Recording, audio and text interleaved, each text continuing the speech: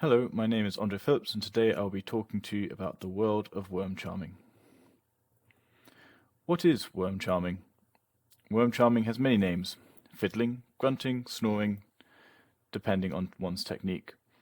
In its most basic sense, worm charming is any method that uses vibrations to coax and encourage worms to the surface where they can be caught, and most often used for fishing bait. While digging in the ground is a valid way to find worms, it is not considered worm charming. While worm charming takes more time and effort than buying bait from a store, it is free. Charming techniques were popular amongst fishermen, saving them some change and a trip to the store. Furthermore, most will agree that worm charming is a fun time and very rewarding. A person's first time experiencing worm charming may seem like magic as the worms pop out of the ground. The origins of worm charming are unknown, but the tradition has been around for a long time, especially in the southern United States, where techniques continue to be passed down from generation to generation. That said, worm charming is not as well known as it used to be. While the creation of worm charming competitions has encouraged younger generations to partake and even create their own methods, the number of people who can charm worms is still relatively low.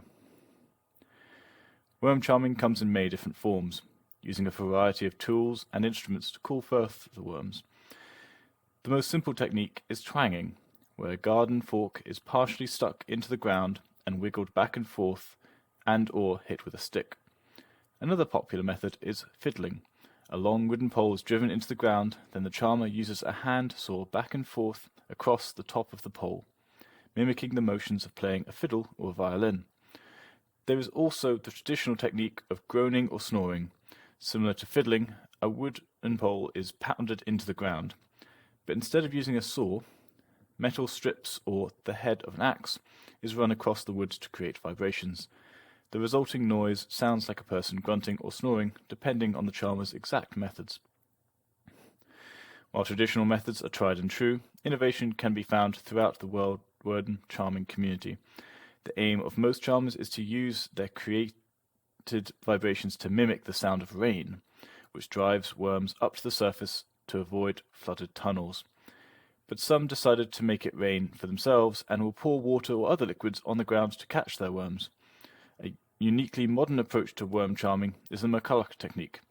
This technique uses a chainsaw without the cutting chain, which is then placed on top of a submerged wooden pole or directly onto the ground itself. Finally, there are a number of truly artistic techniques that involve music or dancing. Speakers playing loud music of all sorts, from rock and roll to classic symphonies to techno, have been used to coax worms out. Others prefer to make their own music, using drums, horns, or woodwinds to charm their worms. Others still will put on a different kind of performance and dance on top of the ground. Tap dancing on a wooden board is most commonly used as it creates the strongest vibrations, though dance numbers are the charmer's discretion. There are three main worm charming competitions: the World Worm Charming Championships, the International Festival of Worm Charming, and the Worm Grunting Festival. While each competition has their own rules and regulations, each competition follows the same basic setup. Competitors are assigned to a plot of land to charm their worms from and a set amount of time to collect their worms. The worms are then counted and the winner is declared. The World Worm Charming Championships started in 1980 at the local primary school in Williston, Cheshire, in northwest of England. This competition is considered to be the first worm charming competition with strict rules and guidelines. The WWCC rules are the most common rules used in smaller worm charming competitions. Every year, 2 trophies are given out. The golden worm goes to the charmer who collected the most worms that year, while the silver worm is awarded to whoever charmed the heaviest worm. The record currently being 12.08 grams. The Williston competition started strong, with Mr. Tom Shufflebotham setting the initial world record of raising 511 worms, a record that was not beaten for almost 30 years. The rival worm charming competition to the World Worm Charming Championships is the International Festival of Worm Charming in Blackawton, Devon in southern England, also making its debut in the 80s. The Blackawton competition differs from the Williston competition, most notably in its use of liquids. Supposedly, the International Festival of Worm Charming has started after a local man relieved himself in a field after one too many pints, and was amazed as worms wriggled to the surface. The current rules of the competition state that any liquid can be used as long as the competitor takes a swig first, to prevent any dangerous mixtures being used. Across the pond is the Worm Grunton Festival held in Sopchoppy, Florida. Since 2000, part of the festival includes a ball in which two people are named the Worm Grunton King and Queen.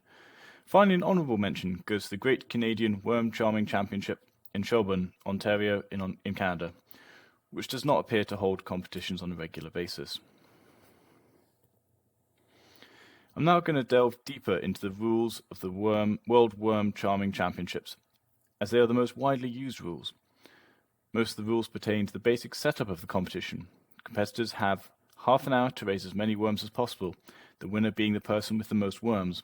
Competitors are given a 3x3 meter plot to charm their worms from and can only use worms from that plot. Digging is not allowed and all equipment must be handled safely. Not everyone wants to catch their worms, so a second person called a ghillie is allowed to handle the worms for them. One of the most important rules is keeping the competition drug-free. Competition considers water to be a drug or stimulant and does not allow it or any liquids to be used. The final rule is all worms collected during the competition are released in the evening after the competition to prevent them from being eaten by worms. I'm going to conclude this lecture by discussing the World Championship worm charmer, Sophie Smith. Sophie set the world record for the number of worms charmed at the World Worm Charming Championships in 2009, when she was only 10 years old. Sophie collected 576 worms using the traditional twanging method and has her name in the Guinness Book of Records.